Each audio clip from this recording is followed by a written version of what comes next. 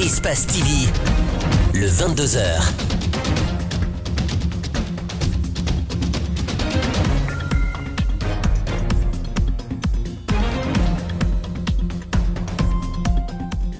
Vous êtes, mesdames et messieurs, sur Espace TV et vous le faites bien. Bienvenue à toutes et à tous. Marche de protestation demain des journalistes contre la détention illégale de leur confrère Lansana Camara à la Maison Centrale. À l'appel du syndicat de journalistes de la presse privée, la corporation souhaite par cet acte dénoncer les nombreuses tentatives de musulmans de la presse guinéenne et exiger la libération de Lansana Camara, directeur de publication du site ConakryLive.info. Au même moment, les forces sociales de Guinée haussent le ton et mettent en garde contre toute modification de la constitution guinéenne. Une déclaration a été lue à ce sujet ce lundi.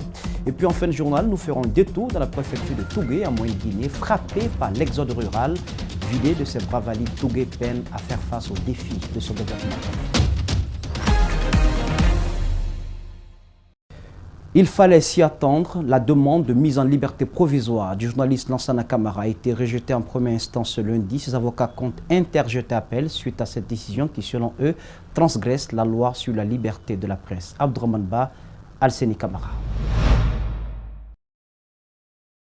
Malgré les efforts de ses avocats, Lansana Camara devra encore attendre pour sa mise en liberté. Maître Traoré fait partie de l'équipe constituée pour sa défense. Nous allons veiller à ce que le dossier soit transmis à la Cour d'appel de Conakry, plus précisément à l'une des chambres du contrôle de l'instruction, pour que ces appels-là soient examinés sur la question non seulement du placement en détention provisoire, mais aussi sur le rejet de la demande de mise en liberté provisoire. Pour rappel, Lansana Camara est poursuivi pour diffamation par voie de presse par le ministre des Affaires étrangères et des Guinéens de l'étranger. L'avocat insiste sur le fait que son client ne devait pas être sous les verrous pour les faits qui lui sont reprochés. En ce qui concerne le cas de M. Lansana Camara, nous disons que sur le fondement de la loi sur la liberté de la presse, il ne pouvait en aucun cas être placé en détention provisoire et c'est ce que nous allons démontrer devant la Cour d'appel de Conakry. D'après Maître Mohamed Traoré, il y a certes des délits commis par les journalistes dans l'exercice de leur métier qui sont punis d'une peine d'emprisonnement ferme, mais pas dans ce cas de figure.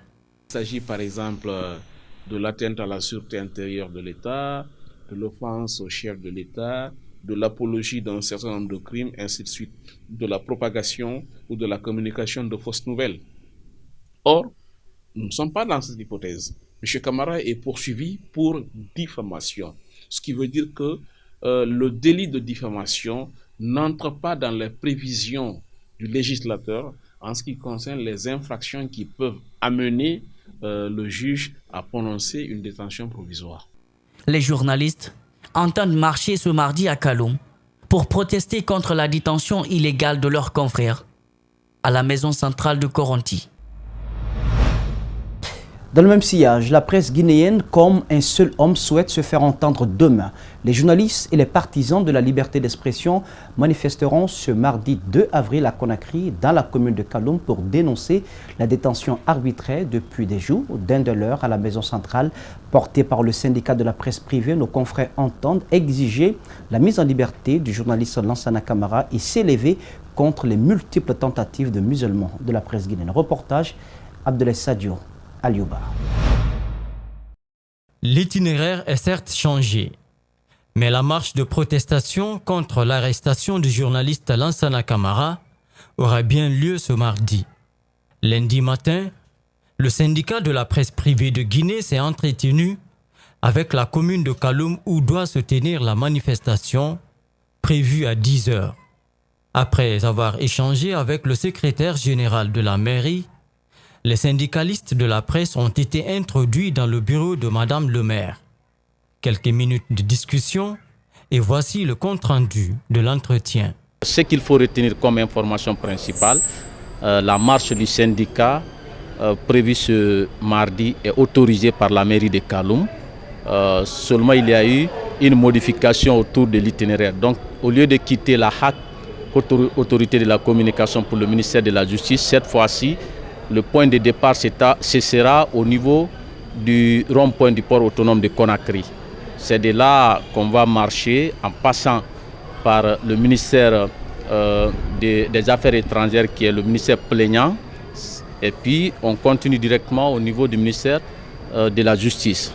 Et toutes les dispositions sont en train d'être prises au niveau de la mairie pour un encadrement professionnel de notre marche. D'autres actions de défi contre ceux qui veulent museler la presse guinéenne seront aussi enclenchées dans un bref délai, avise le syndicaliste. Après la marche, il y a des activités qui sont prévues. Il y a la synergie des radios, une synergie qu'on va mettre à profit pour parler essentiellement de la loi L002 qui est ignorée par certains ministres qui ne comprennent pas comment est-ce que fonctionne un état de droit. Donc on va leur dire voici ce que dit la loi. Cette loi fait qu'un journaliste ne devrait pas se retrouver en prison s'il a agi dans le cadre de l'exercice de son métier. Pour défendre la liberté d'expression, la presse est appelée à la solidarité. Et puis il faut demander une forte mobilisation de la part des confrères.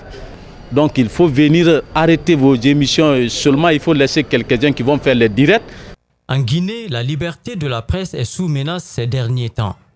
Le syndicat de la presse privée ne compte plus dormir sur ses lauriers. Une déclaration musclée des forces sociales contre tous les promoteurs d'un troisième mandat en République de Guinée. Toutes les forces vives du pays sont invitées à se lever pour faire barrage à ces velléités de modification de la constitution guinéenne. La mauvaise gouvernance, l'impunité, le mensonge d'État, les mots sont durs mais pas assez pour ces structures qui décrivent les maux qui assaillent le pays. Mamadou Sadio Baldé, Amara Alexila reviennent sur le contenu de cette déclaration. Les forces sociales ne nient pas les résultats obtenus par la gouvernance Alpha Condé. Mais des points noirs ont fini par entacher le bilan du régime actuel. La poussée de l'ethnostratégie et la banalisation du viol des lois par les autorités, les atteintes aux libertés de la presse, l'arrogance et la stigmatisation dans les discours officiels, les élections contestées, le déni de droits aux citoyens, la préférence de la répression sous l'appellation ordre à la loi, l'anéantissement des voies de recours, l'instrumentalisation de l'appartenance communautaire jusque dans les hameaux, la généralisation de la corruption et du mensonge d'État. Eu égard à toutes ces dénonciations, une modification de la Constitution serait un projet aux conséquences imprévisibles. Le projet de troisième mandat est une illusion suicidaire pour ses promoteurs, quelle que soit l'approche qui sera envisagée pour le réaliser. Car non seulement il est à contre-courant de la marche du monde et de l'histoire, mais aussi des nobles aspirations de notre peuple. Tout n'est pas totalement perdu si les âmes sensibles au respect des règles se lèvent pour empêcher toute dérive à la Guinée, conclut le porte-parole. La CEDEAO, l'Union africaine, l'Organisation des Nations Unies, l'Union européenne, afin qu'ils prennent dès maintenant des initiatives pressantes pour prévenir tout acte susceptible de provoquer des affrontements et l'instabilité des institutions en Guinée. Au regard de la situation sociopolitique actuelle, le syndrome de 2009 guette la Guinée. Il est temps que les autorités morales se fassent entendre pendant qu'il est encore temps. Dans le même registre, l'éventuel troisième mandat du président Alpha Condé ou la modification de la constitution guinéenne alimente toujours les débats à Conakry, surtout au sein des formations politiques. Ce lundi, notre rédaction a rencontré Dr Faya Milimono du Bloc libéral. Pour lui, il n'est pas question pour l'heure de débattre de ce sujet. Reportage Bintou Traoré, Amara Alexila. Sur la dernière sortie du président de la République, certains Guinéens affirment qu'Alpha Condé venait d'afficher ses intentions, celle de la modification de la Constitution pour briguer un troisième mandat. Pour le président du Bloc libéral, les Guinéens ont beaucoup souffert sous la gouvernance du professeur Alpha Condé, donc il est temps qu'il respecte la Constitution actuelle qui limite le mandat présidentiel à 2. Faya Milimono ne digère pas cette question du troisième mandat. Ce n'est pas un débat.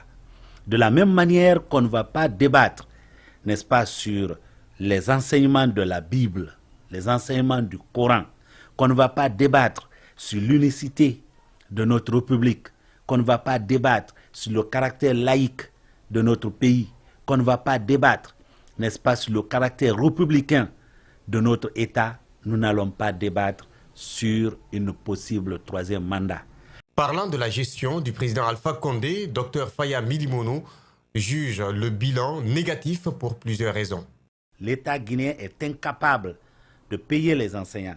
L'État guinéen est incapable d'enlever les ordures. L'État guinéen est incapable de construire des écoles, construire des ponts, construire des routes. On prend l'argent, on donne à des groupuscules de personnes. Nous devons nous lever pour mettre fin à ça. Au dire du président du bloc libéral, son parti fera tout pour freiner cette éventuelle modification de la Constitution. Il confirme qu'il usera de tous les moyens pour empêcher le professeur Alpha Condé d'être au pouvoir au-delà de 2020. Comme il dit qu'il est prêt à l'affrontement, nous disons aux forces de défense et de sécurité, vous n'êtes pas là pour Alpha Condé, vous êtes là pour la République de Guinée, qui sera là même en 2000, même en 3000. Donc, aucune balle ni aucune arme, quelle que soit sa nature, n'arrêtera le peuple de Guinée de dire à Alpha, vous partez, s'il ne respecte pas notre constitution. Pour clore, Dr Faya Milimono demande au président de faire le bon choix en quittant le pouvoir après son deuxième et dernier mandat pour maintenir la quiétude sociale dans le pays.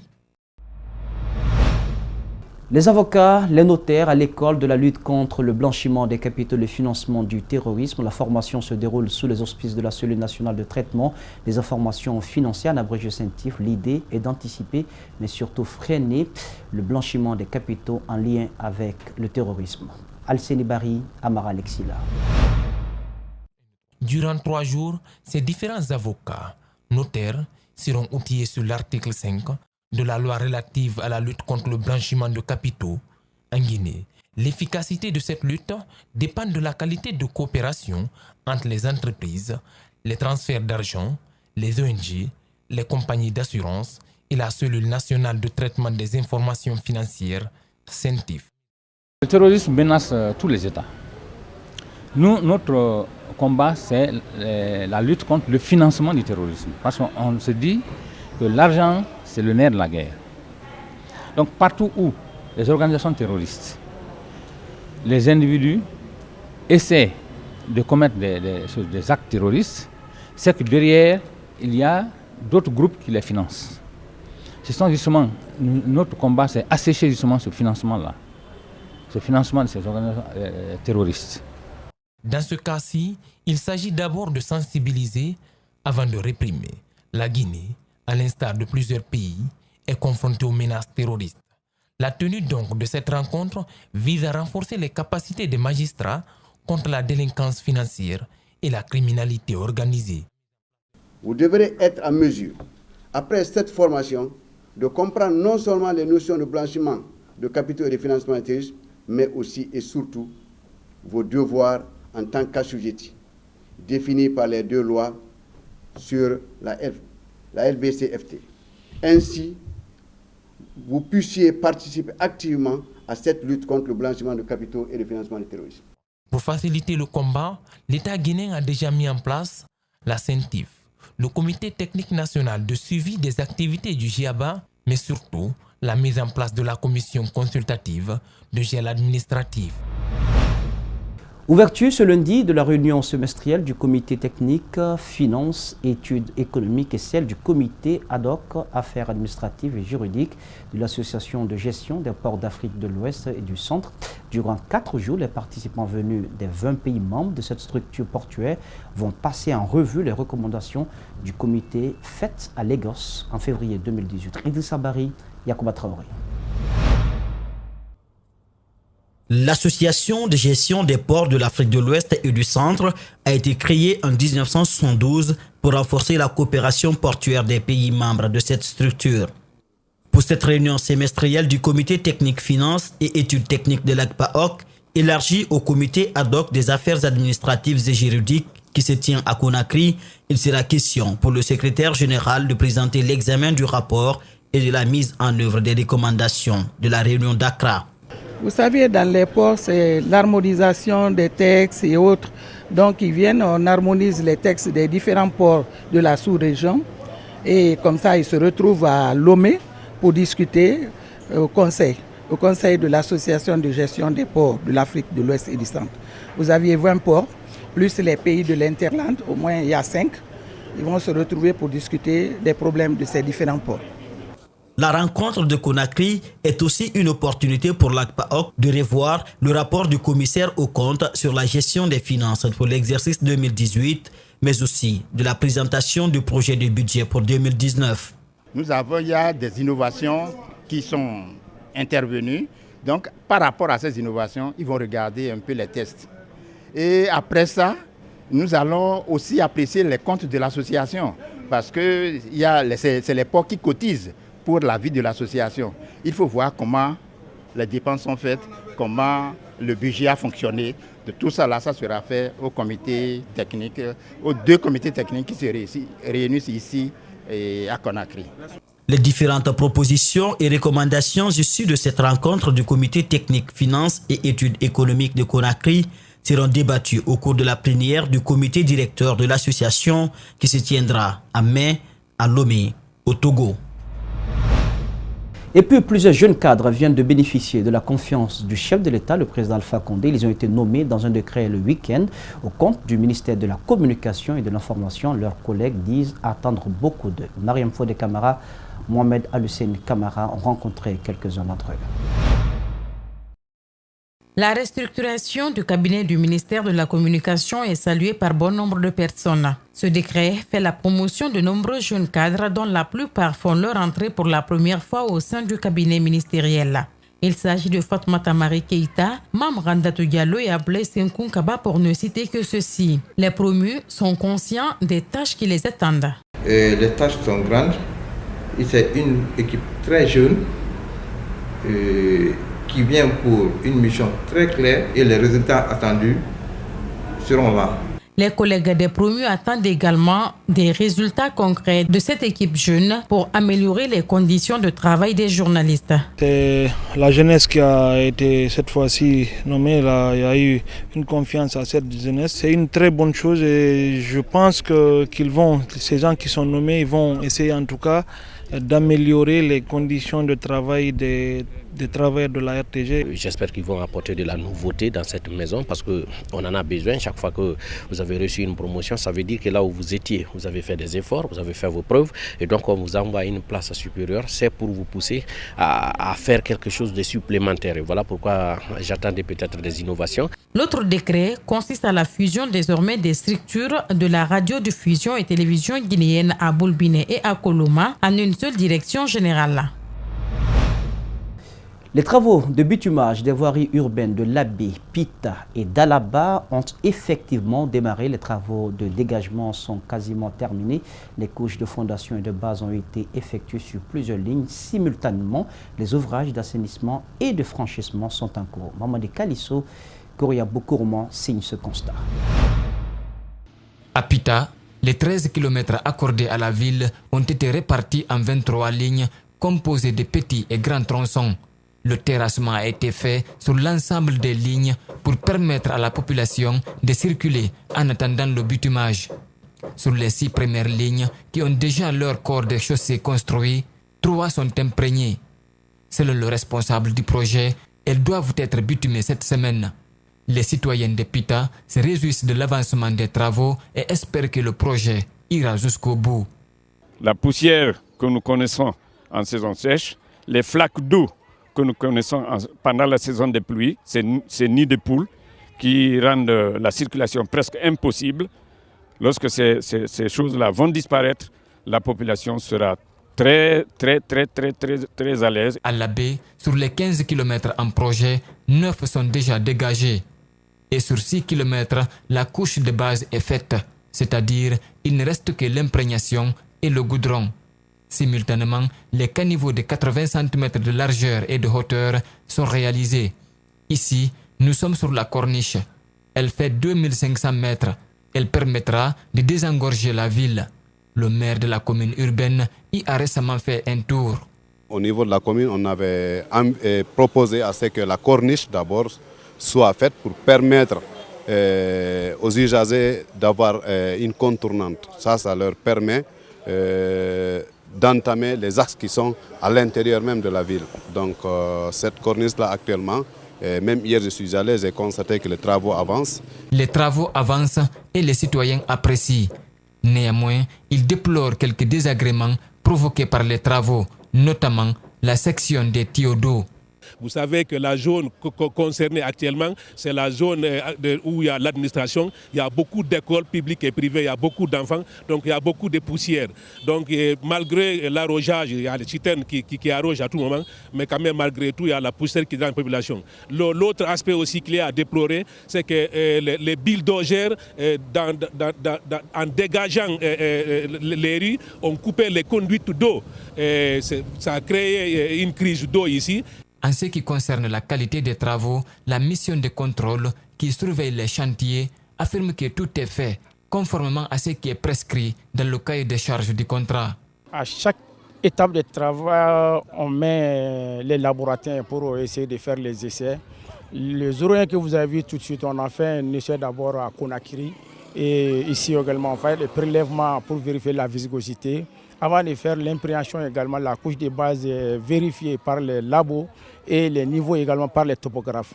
En ce qui concerne la qualité, je n'en doute pas. Les travaux avancent, les citoyens apprécient et la mission de contrôle rassure sur la qualité.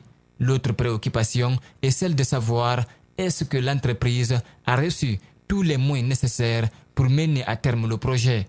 Les travaux continuent et nous ne comptons pas arrêter parce que nous avons le nécessaire à notre niveau pour continuer les travaux et nous attendons voir parce que c'est une continuité. On ne peut pas tout de suite vous dire que de toutes les façons, ce qui est important, c'est que les travaux sont en train de continuer. Et cela veut dire que vous n'avez pas tous les moyens? Non, ça ne veut pas dire qu'on n'a pas tous les moyens. On a le nécessaire pour avancer. La preuve, nous sommes sur le terrain, nous sommes en pleine activité. Dalaba est la seule localité qui bénéficie d'une autoroute de 1100 mètres. Entre les deux voies, il est prévu un espace vert de 7 mètres. Tougué, frappé de plein fouet par l'exode rural, la préfecture se vide peu à peu au fil des années de sa sève nourricière. Abandonnée quasiment par les jeunes, cela affecte considérablement le développement de la localité qui peine tant sur le plan social qu'économique à prendre son envol. De retour de Tougué, voici le reportage de Djibril Ba et d'Alseni Kamara. Sur la préfecture de Tougué souffle le vent de l'exode rural. La localité est vidée de tous ces jeunes partis en aventure à la recherche de meilleures conditions de vie. Pourtant, l'endroit, il y a plus d'une décennie, avait un visage contraste à celui d'aujourd'hui. L'horizon présageait un avenir clément aux habitants. Quand tous les bras voyants, je veux dire, les bras solides, les jeunes, arrivent à quitter un lieu, c'est ce qui arrive. C'est-à-dire, c'est comme si un père de famille abandonnait sa propre maison. Donc, qui pourra faire le travail de ce père de famille? Ce n'est pas les enfants. Qu'il s'agisse du centre urbain que dans les villages de Tougué, les conséquences de l'exode rural se font sentir. Nos interlocuteurs sont alors partagés par ce sentiment d'abandon des lieux qui méritent une attention. Tout le monde sont partis. Cela est dit la malgouvernance. Moi, je disais peut-être que ce sera la malgouvernance. Baldé pense qu'il y a des alternatives pour remédier à cela. Dans cette préfecture, il fait partie des rares jeunes qui acceptent d'y rester. Si nous-mêmes, nous n'arrivons pas à prendre conscience que ce que nous sommes en train de vivre là est en partie causé par nous-mêmes, je ne pense pas que ça pourra marcher. Et à cela, je pourrais lancer un appel à tous les jeunes de Tougué de se donner la main, de se muer, comment je vais dire, en association. Tougué, ville centenaire, difficile à se remettre, elle figure parmi les préfectures les plus enclavées de la Guinée. L'autonomisation de la jeune fille mère est la clé de voûte de son propre épanouissement. Ce samedi, les autorités communales de Matam ont initié des séries de sensibilisation permettant aux jeunes filles et femmes leaders d'acquérir des compétences dans le domaine de l'entrepreneuriat et surtout en matière de prise de décision. Mohamed Valek-Touré, Alseni Kamara. L'initiative vient de la vice-maire de la commune de Matam en vue de sensibiliser les jeunes filles sur l'éducation sexuelle et l'insertion socio-professionnelle des femmes leaders. Mettre en activité les mères de famille et outiller les jeunes sont entre autres objectifs assignés par ces femmes.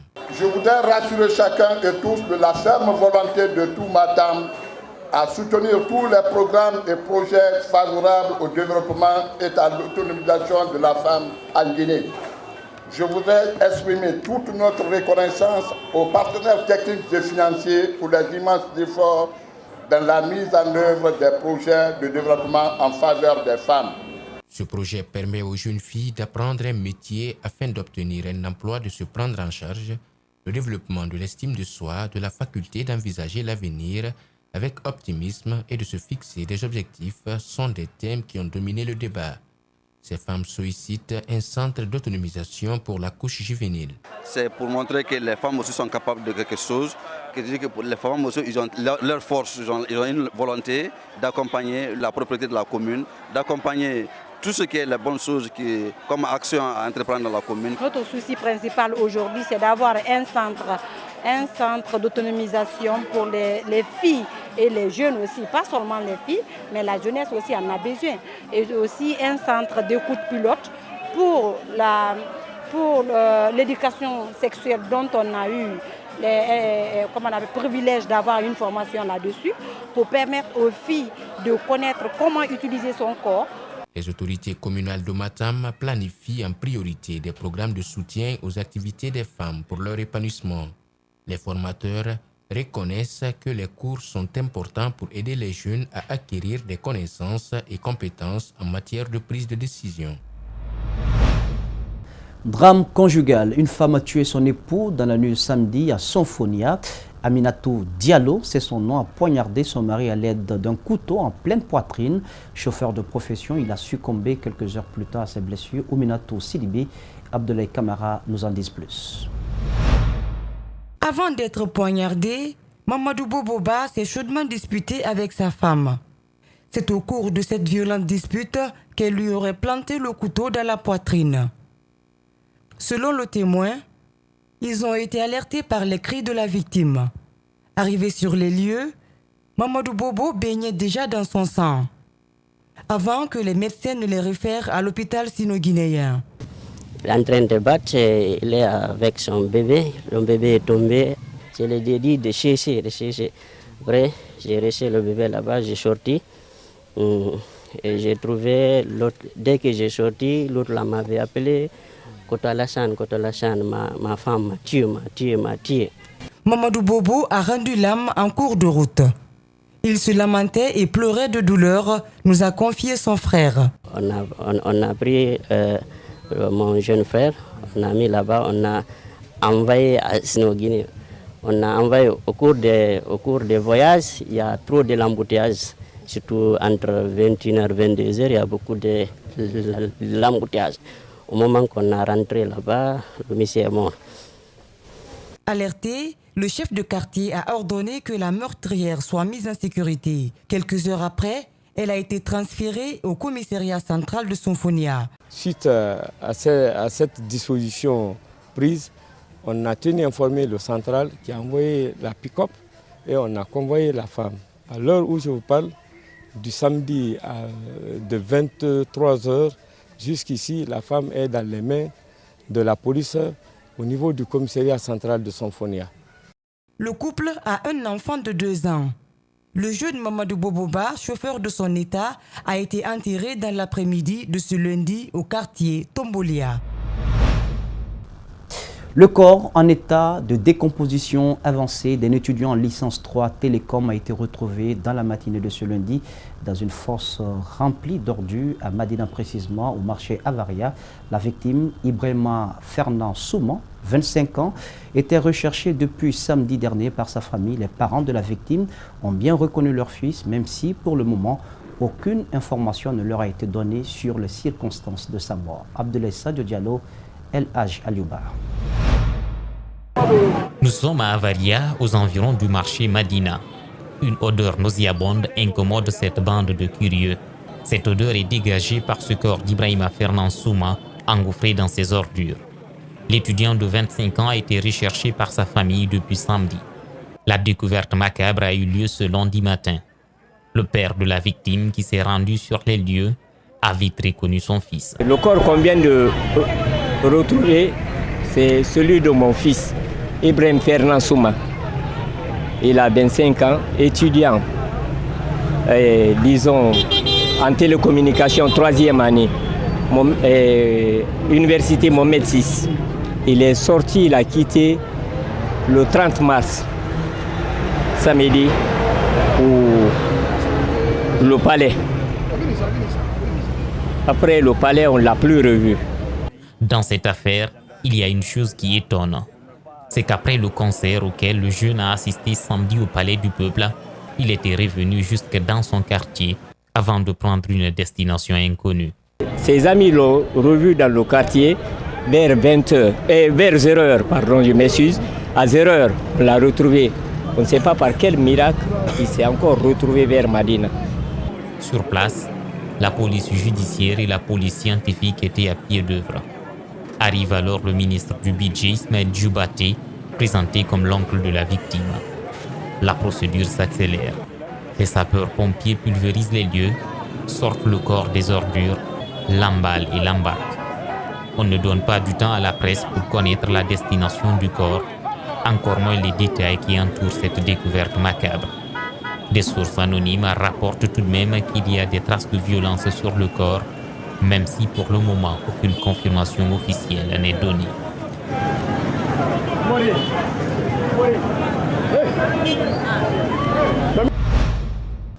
La communauté malienne de Guinée déplore les conflits interethniques entre Dogon et Peul, des violences qui ont occasionné il y a quelques jours le massacre de plus de 100 Peuls. Les ressortissants maliens vivant en Guinée invitent à la retenue et à la solidarité entre Dogon et Fulani, une prise de position qui est intervenue à marge ce samedi de la clôture du mois de la femme. Alceni Bari, Yacouba Traoré. La communauté malienne de Guinée sèche ses larmes après les violences ethniques ayant coûté la vie à plus de 150 personnes. Loin du pays, mais près du cœur, le président de l'association Vision Nouvelle, malien de nationalité, invite ses compatriotes à la retenue. J'appelle la sérénité et j'appelle la tolérance. Quand il s'agit d'un affrontement entre ethnies, il est vraiment nécessaire de se préserver, de faire très attention et qu'ils sachent que et Peul et Dogon, ils sont tous des Maliens. Et le Mali est indivisible, le Mali est un, qui se retrouve très rapidement pour trouver une solution à cela. Ce samedi clôture le mois de la femme. En toile de fond, les thèmes paix et sécurité pour le Mali, autonomisation de la femme au foyer pour la Guinée. La paix au Mali est donc le leitmotiv de cette célébration. Femmes du Mali, femmes de la Guinée, femmes de l'Afrique, femmes du monde entier, soyons la lumière de la nuit pour montrer le chemin de donner l'espoir pour la paix. Montrons aux hommes que nous les femmes sommes au début et à la fin. Agissons, battons-nous pour une Afrique émergente, prospère, où l'accalmie régnera. L'accompagnement est symbolique et rempli d'ambition. Le souhait est la parité entre hommes et femmes du monde entier. Presque tous les gouvernements africains, il y a 30% des femmes qui sont impliquées, surtout dans les grandes décisions. Donc nos souhaits, que cette parité soit augmentée, va plus que cela. Même à 50%, c'est mieux. Parce que les femmes, ils se résignent, les femmes sont vraiment responsables. Et quand ils prennent des décisions, c'est vraiment mûri. Ces défis restent tout de même difficiles à relever avec le poids des cultures et traditions africaines. Football, pour clôturer cette édition d'information avec cette question que doivent se poser tous les supporters du Sili national de Guinée. Dans quel état se trouve Mohamed Yattara après ses blessures? Nous avons assisté à son retour sur le terrain. C'était vendredi face au Paris FC, match comptant pour la 30e journée de Ligue 2 française. Notre correspondant de France, Karim Baldé, l'a rencontré. Voici son compte-rendu. À chaque chose, malheur est bon. L'adage peut s'adapter à Mohamed Yattara. Malgré la défaite de son équipe de l'AGOCR, ici au Stade Charletti face au Paris FC dans le cadre de la Ligue 2, Mohamed Yattara retrouve du temps de jeu. Il a joué toute une période ce vendredi soir du côté de la capitale française. Même s'il n'a pas marqué, en tout cas ça lui permet de reprendre confiance au niveau de son physique, lui qui a longtemps été miné par les blessures. Après la rencontre, on a évoqué ce match, mais aussi la sélection pour donner un peu le sourire à notre Hello national. La CAN approche, il en a dit quelques mots notamment du bilan des éliminatoires de la CAN. Écoutez-le au micro de Louis Decroix. Bien avant ces tours préliminaires, on sait qu'on était sur une mauvaise note, on va dire, parce qu'on était sur 2 revers à domicile contre le Congo et contre la Tunisie. Donc on était bien attendu par le public. Et, voilà. Et heureusement, on a bien répondu présent. Et parce que personne ne voyait finir devant la Côte d'Ivoire. Derrière, on a fini devant la Côte d'Ivoire. Donc c'est une bonne chose. C'est une bonne chose. Maintenant, c'est passé. Il y a la CAN qui va arriver. Quand tu vois la Zambie qui a gagné la CAN il y a 4 ans en arrière, c'est pour ça. Rien n'est impossible. Rien n'est impossible dans la CAN. En attendant la grande Coupe d'Afrique des Nations, ce sera en Égypte en juin prochain.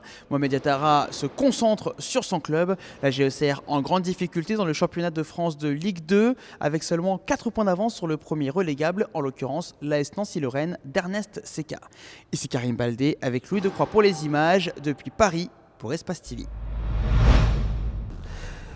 Voilà donc, mesdames et messieurs, ce qui met fin à cette édition d'information que j'ai eu un agréable plaisir de vous présenter.